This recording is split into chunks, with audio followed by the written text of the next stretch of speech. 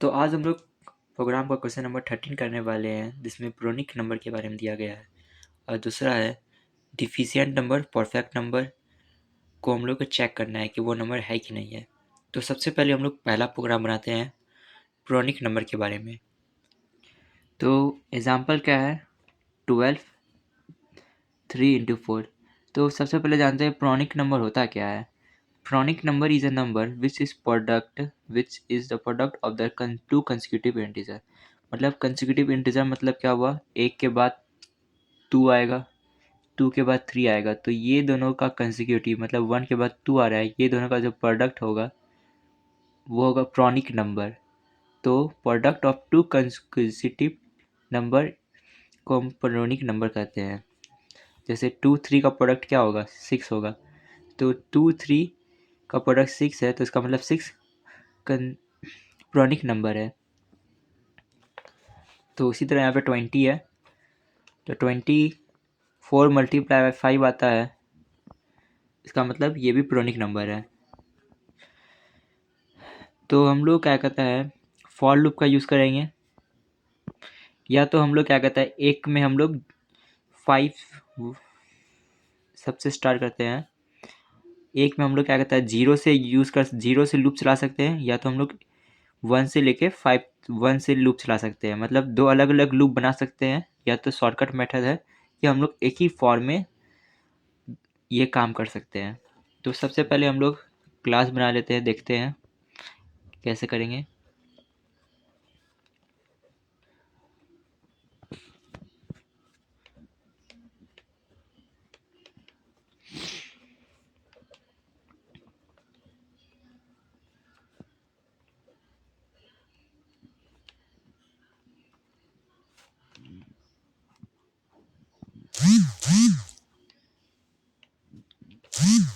तो हम लोग स्कैनर को इंपोर्ट कर लेते हैं।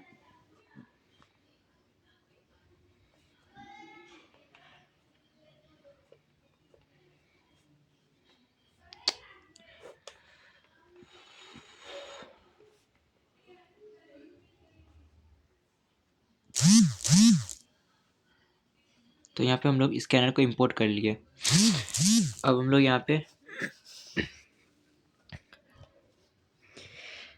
अपना ऑब्जेक्ट बना लेते हैं।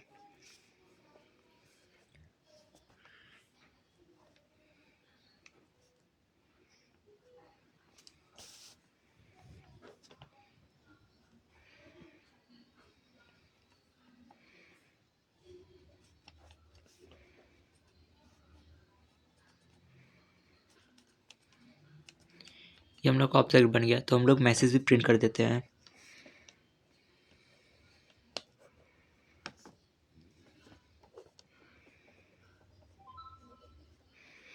Enter a number.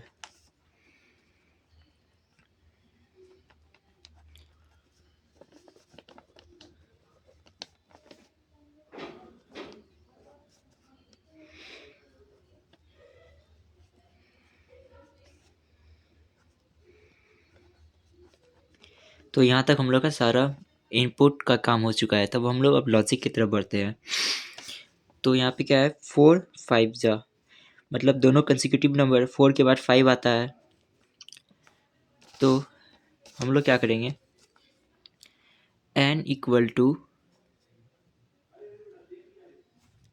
i multiply और i प्लस 1 कर देंगे।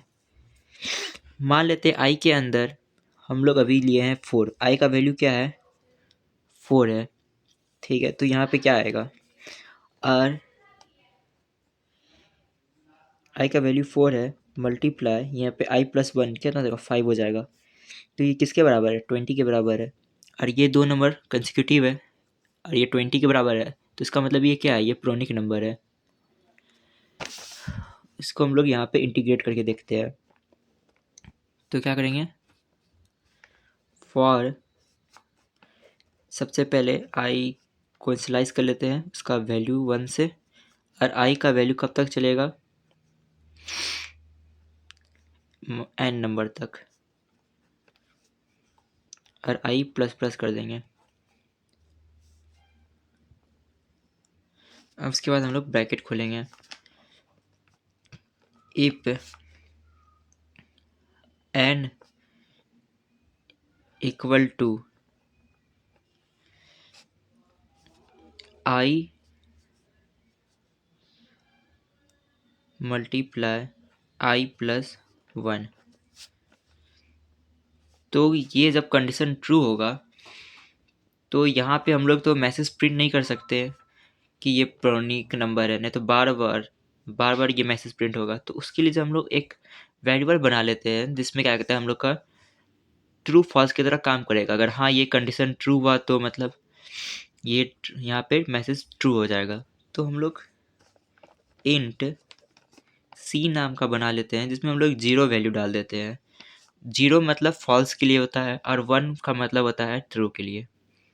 तो अगर ये कंडीशन सेटिफाई होता है तो हम लोग का जो सी का वैल्यू है वो 1 हो जाएगा।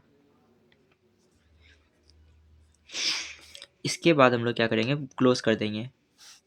फिर उसका मैसेज क्या हम लोग फिर चेक करेंगे, इफ़ सी इक्वल टू 0, अगर सी 1 के बराबर है, अगर सी 1 के बराबर हुआ तो हम लोग का मैसेज प्रिंट हो जाएगा प्रोनिक।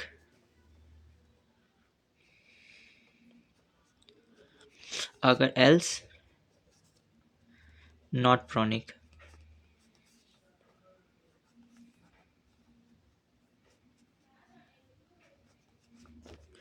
तो अब हम लोग पूरा देख लेते हैं काम कैसे कर रहा है हम लोग का प्रोग्राम। तो सबसे पहले यहाँ पे इनपुट आ गया। मान लेते हैं इनपुट यूज़र 20 डालता है, सी का वैल्यू अभी 0 है, आई का वैल्यू मान लेते हैं 1 से स्टार्ट होता है। ये सबसे पहले यहाँ पे 20 इक्वल टू आई का वैल्यू अभी 1 है, 1 मल्टीप्लाई 1 प्लस 1, तो ये टोटल कितना हो जाएगा, इसको हम लोग यहाँ पे सॉल्व करते हैं। तो क्या आ जाएगा 1 मल्टीप्लाई 2, इसका 2 आया। क्या ये बराबर है, नहीं। इसी तरह मान लेते हैं यहाँ पे आई का वैल्यू 4 हो जाता है एक बार, कि हम लोग क्या लिखे हैं यहाँ पे आई मल्टीप्लाई आई प्लस 1 लिखे हैं, यही हम लोग का। मान लेते हैं आई का वैल्यू अभी 4 है, तो 4 यहाँ पे जाएगा, फिर मल्टीप्लाई, फिर 4 प्लस 1, तो इसके अंदर क्या आ जाएगा 5 आ जाएगा। और ये 4/5 क्या इस 20 के बराबर है, ये 20 के बराबर है। 4 मल्टीप्लाई, क्या ये 20 के बराबर है, तो इसका मतलब क्या है कि ये प्रोनिक नंबर है। अब मान लेते हैं इतना पता चला ये प्रोनिक नंबर है। अब हम लोग आई को मान लेते हैं 5, आई का वैल्यू 5 है, तो आई मल्टीप्लाई 1 प्लस आई, 1 प्लस आई प्लस 1, तो मान लेते हैं आई का वैल्यू 5 है, तो 5 मल्टीप्लाई 5 प्लस 1, तो ये 6, ये 30 दे देगा ना, ये 30 देगा। लेकिन यूज़र क्या इनपुट किया था, लेकिन यूज़र 20 डाला था ना। तो इससे क्या पता चल रहा है कि जब ऐसा नंबर 2 कंसेक्यूटिव नंबर आ जाएगा तो हम लोग का पता चलेगा प्रोनिक नंबर है। इसके अंदर वैल्यू सिर्फ आते जाएगा 1 2 3 4। यहाँ पे क्या कहता है एक इंक्रीज़ हो जाएगा, यहाँ पे आकर के इंक्रीज़ हो जाएगा और हम लोग को पता चल जाएगा 4 होगा तो 4 मल्टीप्लाई बाय 5, और 4 और 5 क्या है, एक कंसेक्यूटिव है, तो इसका प्रोडक्ट अगर 20 हुआ यूज़र के दिए हुए इनपुट के बराबर, तो इसका मतलब वो प्रोनिक नंबर होगा। और जैसे ये कंडीशन ट्रू होगा तो सी का वैल्यू 1 कर देगा। अब उसके आगे हम लोग लूप के बाहर सी का वैल्यू अगर 1 हुआ तो वो प्रोनिक होगा, अगर नहीं हुआ सी का वैल्यू 1 तो वो नॉट प्रोनिक होगा। सेकंड क्वेश्चन करने वाले हैं परफेक्ट नंबर, एम्बिडेंट नंबर और डिफिशिएंट नंबर। मतलब ये है ज़्यादा, कुछ ज़्यादा हो रहा है, और डिफिशिएंट मतलब कुछ कम हो रहा है। तो हम लोग देखते हैं क्या होता है इसमें। तो सबसे पहले डिफिशिएंट नंबर क्या होता है। Deficient number is a number for which sum of divisor factor excluding the number itself is less than the number।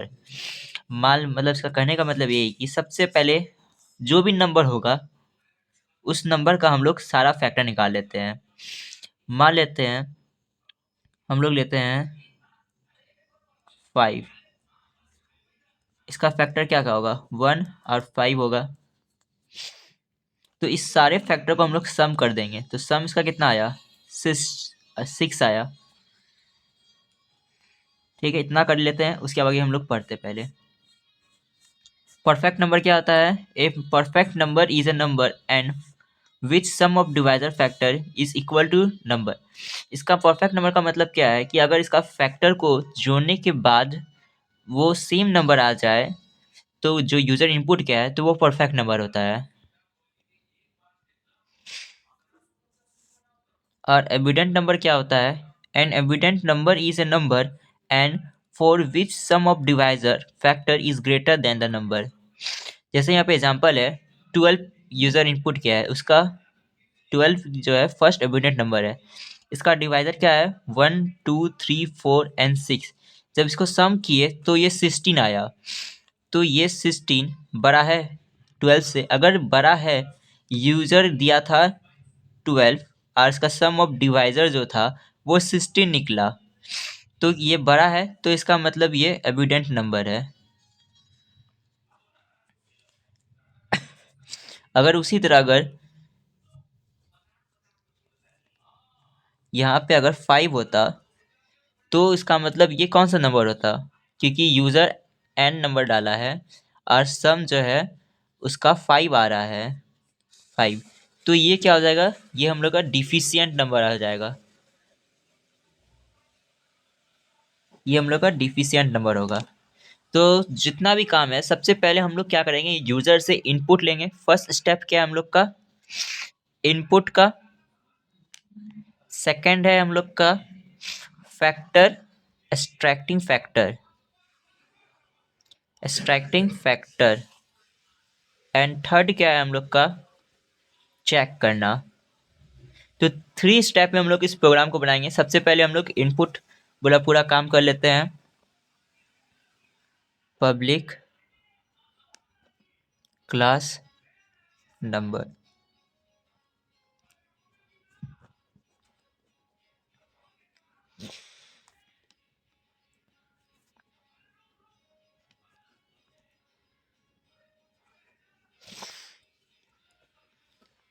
हम लोग इंपोर्ट कर लेते हैं स्कैनर को।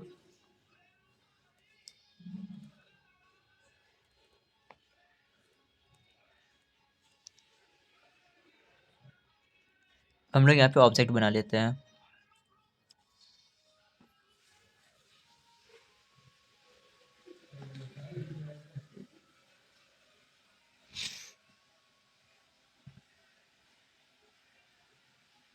तो यहाँ पे हम लोग ऑब्जेक्ट का अब काम हो गया है, हम लोग मैसेज प्रिंट कर देते हैं,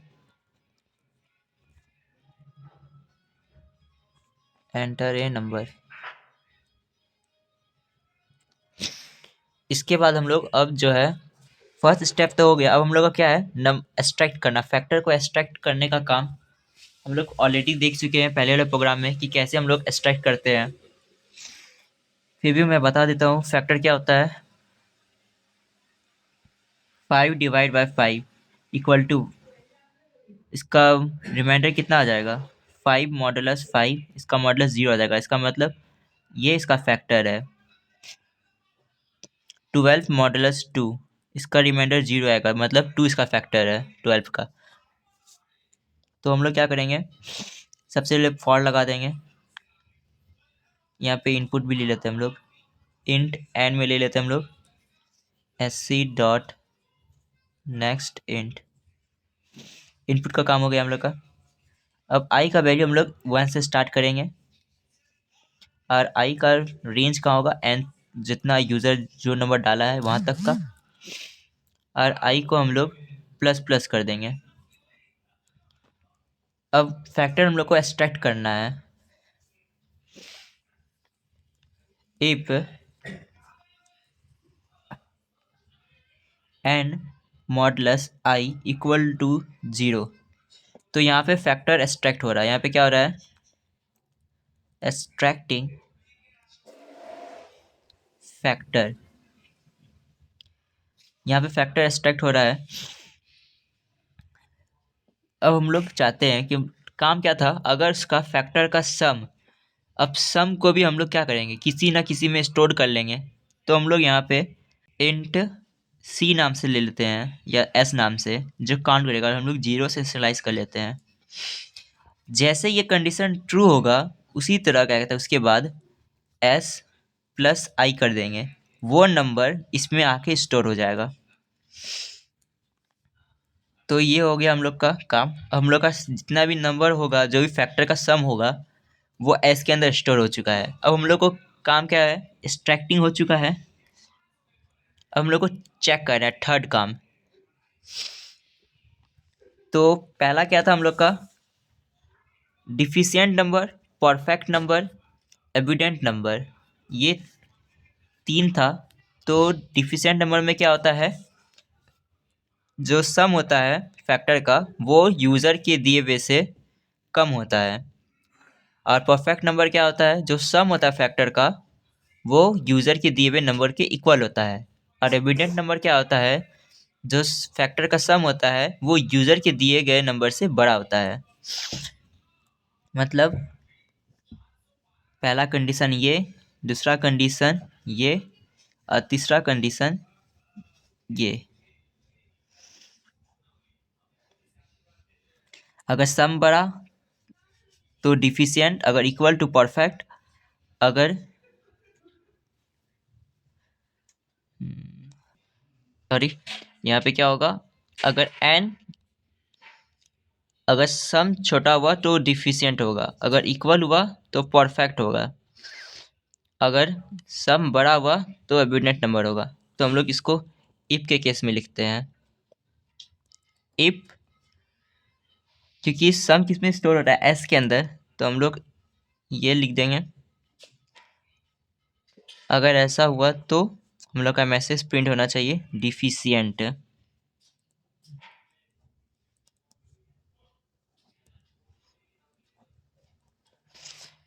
एल्स, फिर से एक बार कंडीशन चेक कर लेंगे।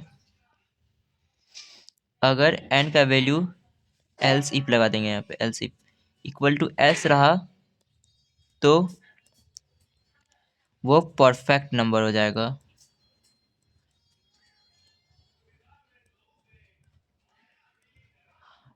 या तो फिर हम लोग लास्ट में एल्स, लास्ट में कुछ बचा नहीं है, या तो हम लोग कंडीशन चेक भी कर सकते हैं, नहीं भी कर सकते हैं। अब ये दोनों नहीं होगा तो सिंपल सा बात है कि वो एविडेंट नंबर होगा।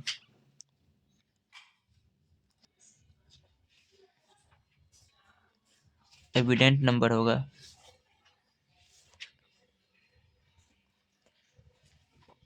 तो ये हम लोग का है टोटल प्रोग्राम। यहाँ पे फॉर हम लोग का चल रहा है, यहाँ तक हम लोग का वाइड मेन है, और यहाँ से लेकर के यहाँ तक हम लोग का क्लास का है। अगर हम लोग ऐसे अपने प्रोग्राम में लिखेंगे तो जो भी यूज़र होता है उसको पढ़ने में आसानी होगा। जो प्रोग्राम नहीं जानता है वो भी पढ़ सकता है और कोड को समझ सकता है। चलिए हम लोग एग्जांपल लेके समझ लेते हैं। मान लेते हैं यूज़र इसमें डाल रहा है 20। तो सबसे पहले 20 आ गया, इसका फैक्टर सारा एक्सट्रैक्ट होगा। तो 20 का फैक्टर क्या क्या होता है, 1 होगा, 2 होगा, 3 नहीं होगा, 4 होगा, 5 होगा, 6 नहीं होगा, 7 नहीं होगा, 10 होगा, और 20 होगा। 1 2 3 4 5 6, ये सबको हम लोग ऐड कर देंगे। तो 20, 30, 30 इधर, 35, 39, 40, 41, 42, कितना आया 42। तो इसके अंदर 42 आ गया, सम के अंदर कितना आ गया 42 आया। अब यहाँ पे चेक करेगा 42, सॉरी यूज़र कितना रहा 20, 42। ये तो कहता है हम लोग का जो यूज़र का सम है वो। तो यहाँ पे क्या है, जो यूज़र का 20 वैल्यू है, तो हम लोग का डिफिशिएंट नंबर क्या होता था, जो सम ऑफ फैक्टर था वो कम होना चाहिए था यूज़र के नंबर से, लेकिन यहाँ पे ये बड़ा है तो ये कंडीशन गलत हो जाएगा।